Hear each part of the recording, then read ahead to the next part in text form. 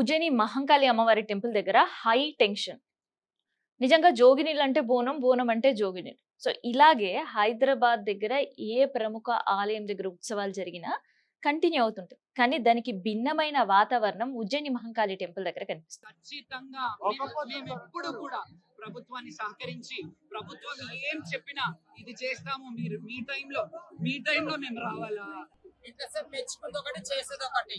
వీళ్ళంతా వీళ్ళ బుద్ధి అంతా వీళ్ళు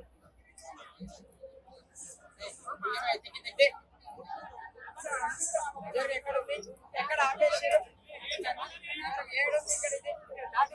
చెప్తా. చూశారు కదా, శివశక్తులు అమ్మవారి ఆలయానికి వచ్చి అమ్మవారికి ఒడిబియ్యం బోనాలు సమర్పించి తర్వాత అక్కడ ఉండే భక్తులకు ఆశీస్సులు ఇచ్చి వెళ్తూ ఉంటుంటారు. కానీ ఈ ఏడాది మాత్రం ఆ శివశక్తులు తెచ్చే బోనం కింద పడిపోవడమే ఈ ఆగ్రహానికి కారణం. సో నిరసన కార్యక్రమాలు, శాపనార్థాలు, ఆలయం వద్ద ఏడుపులు, ఇవన్నీ కూడా ఉజ్జయిని మహంకాళి అమ్మవారి ఆలయం దగ్గర చూస్తున్నాం. ఎందుకంత ఆక్రోశం, ఎందుకంత ఉగ్రహ రూపం దాల్చిండ్రు జోగినిలు? ఎందుకంటే ఇప్పుడు సికింద్రాబాద్ ఏరియాలో ఒక బోనాల జాతర జరుగుతుంది అంటే ఆ ఏరియా వాళ్ళు మాత్రం చేస్తుంటారు. హోల్ సిటీలో బోనాల జాతర జరుగుతుంటే ఓవరాల్ సిటీకి సంబంధించిన వాళ్ళు బోనాలు చేస్తుంటారు. ఇక బల్కంపేట ఎల్లమ్మ కళ్యాణం అంటే ఆ బల్కంపేట సరౌండింగ్ వాళ్ళు లేదంటే ఎవరైనా మొక్కులు ఉండే వాళ్ళు మాత్రమే బోనాలు సమర్పించడం, పండగ జరుపుకోవడం చేస్తుంటారు. కానీ జోగినీలు శివశక్తులకు మాత్రం అలా కాదు. వాళ్ళు ఆషాఢ మాసంలో బోనాలు, శ్రావణ మాసంలో బోనాలు, అంటే వాళ్ళకి పండగ అంటే 2 నెలల పాటు ఘనంగా నిర్వహిస్తుంటారు. మరి అలాంటి జోగినీలు అమ్మవార్లకి బోనాలతోటే వాళ్ళ జీవితం మొత్తం గడిపేస్తుంటారు. వాళ్ళకి ఆర్థికంగా ఆదాయమైనా లేదంటే వాళ్ళు అమ్మవారికి చేస్తున్న సేవ రూపంలో అయినా బోనాల మాత్రమే వాళ్ళకి ఉంటది. సో వాళ్ళ జీవితమే బోనాలుగా గడుస్తున్నాయి ఒక్క మాటలో చెప్పాలంటే. సో అలాంటి బోనం చాలా పవిత్రంగా చేస్తుంటారు. మన ఇంట్లో పండగ అంటే వారం రోజుల నుంచి మనం ఇల్లు అలుక్కొని, దులుపుకొని, కడుక్కొని, క్లీన్ చేసుకొని చాలా పవిత్రంగా అమ్మవారికి బోనం ఎట్లా తీసుకొస్తామో మనకంటే ఎక్కువ పవిత్రంగా అమ్మవారికి బోనం తీసుకొని వస్తుంటారు. సో ఒక్కసారి మనం బోనం తీసుకురావాలంటేనే చేతులు నొప్పులు అంటాం, కాళ్ళ క్యూ లైన్లో నిలబడాలంటే కాళ్ళు నొప్పులు అంటాం. ఎంత అమ్మవారి మీద భక్తి ఉన్నా కూడా కాస్తో కూస్తో ఇబ్బంది పడుకుంటేనే భక్తితో అమ్మవారికి పోయి భోజనం పెడుతుంటాం. కానీ శివశక్తులు గంటల తరబడి అమ్మవారి బోనం నెత్తిన పెట్టుకొని చేతులు పట్టుకోకుండా, చేతులతో ఆ బోనాన్ని పట్టుకోకుండా పూనకాలు ఊగుతూ, ఆడుతూ, పాడుతూ అమ్మవారి గుడికి బోనం తీసుకొని వస్తుంటారు. సో అలాంటి సందర్భంలో ఆ బోనం కింద పడిపోతే ప్రభుత్వం మళ్ళీ వీళ్ళకి ప్రత్యేకమైన ఏర్పాట్లు చేస్తామని పండగకు ముందే మాటిచ్చి ఆ మాట నిలబెట్టుకోకపోతే కేవలం మాట మాత్రమే కాదు, వాళ్ళకి మధ్యాహ్నం 1 నుంచి 3 గంటల వరకు బోనం తీసుకురావడానికి స్పెషల్ ఏర్పాట్లు చేశాము అని కూడా శివశక్తులు చెప్పారు. సో శివశక్తులు ఎవ్వరు కూడా పొద్దున్నే రాకండి, మధ్యాహ్నం మాత్రమే మీరు రండి.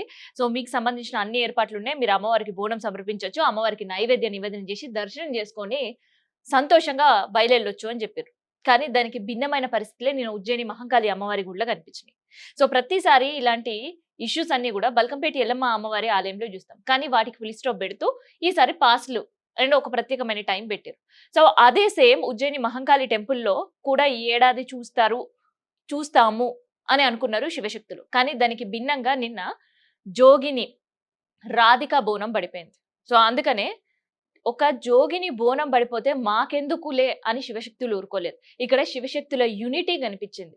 సో ఒక్క శివశక్తికి అవమానం జరిగిన జోగినిలందరూ కూడా ఈ అవమానమే అన్నట్టు వాళ్ళు మాట్లాడారు.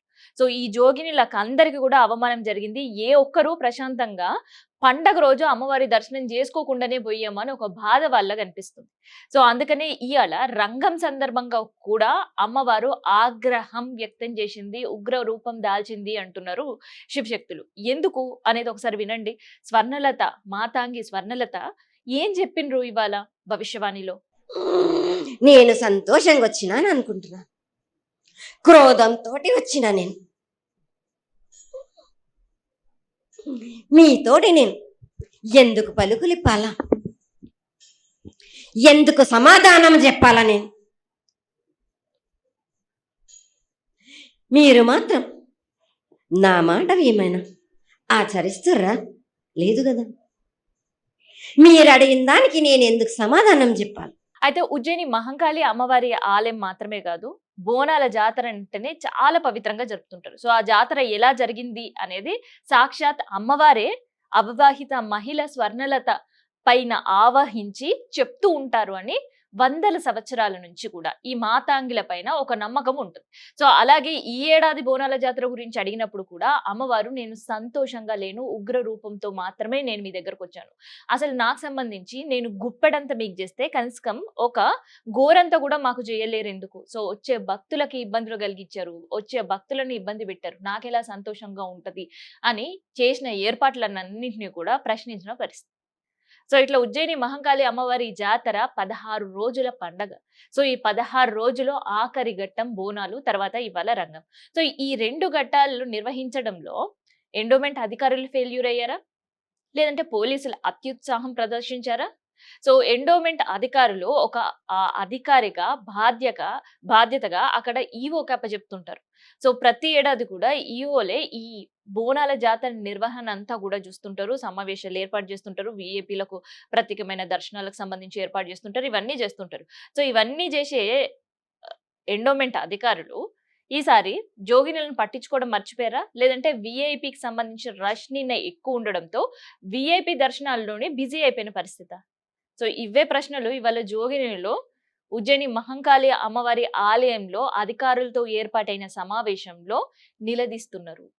ఎందుకంటే అక్కడ ఈఓలకైనా, లేదంటే అక్కడుండే సికింద్రాబాద్ వాసులకైనా, లేదంటే ఈవెన్ అధికారులకైనా బోనం ఒక్కరోజు పండగ మాత్రమే, రంగం 2 రోజులు. సో ఈ 2 రోజుల పండగ మాత్రమే. కానీ జోగినీలకు అట్లా కాదు. సో వీళ్లకు ఏడాది మొత్తం నుంచి ఎదురు చూస్తుంటారు, 2 నెలల పాటు ఈ పండగ చేసుకుంటుంటారు. సో అలాంటి పవిత్రమైన పండగ రోజు అమ్మవారికి చాలా పవిత్రంగా తీసుకొచ్చే బోనం అక్కడుండే పోలీసు అధికారుల చెయ్యిలు, లేదంటే వాళ్ళని తోసేయడం వల్ల బోనం కింద పడితే వాళ్ళు చాలా అపవిత్రంగా భావిస్తుంటారు. సో దాని నిర్లక్ష్యానికి అధికారులే కారణం అని వాళ్ళ కోపం. మరి ఈసారి శివశక్తులను ఎట్లా శాంతిపరిచేస్తారో అధికారులు చూడాలి.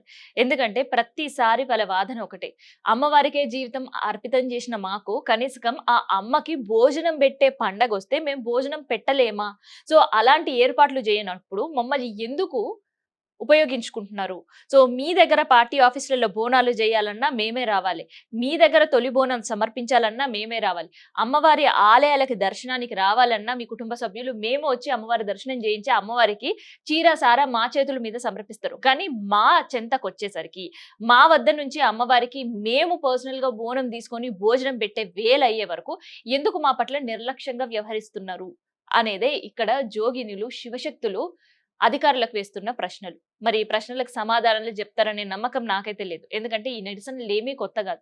సో వాళ్ళ కోపం ఏమీ కొత్త కాదు, అండ్ వాళ్ళు చేసే బోనాలు ఏమీ కొత్త కాదు. సో అధికారులు మారుతున్నప్పుడు, మంత్రులు మారుతున్నప్పుడు, వాళ్ళ ఇన్ఛార్జీలు మారుతున్నప్పుడు అక్కడ పాటిస్తున్న రూల్స్ అండ్ రెగ్యులేషన్స్ మారుతున్నాయి తప్ప శివశక్తులు చేసే బోనాలు మారట్లేదు, వాళ్ళు పాటించే పవిత్రత మారట్లేదు, అండ్ వాళ్ళు నిష్టగా తీసుకొచ్చే బోనం మారట్లేదు. కానీ బోనం అమ్మవారి చెంతకి దూరం అవ్వడమే ఈ అంత గందరగోళానికి అండ్ ఈ నిరసనలకి కారణం.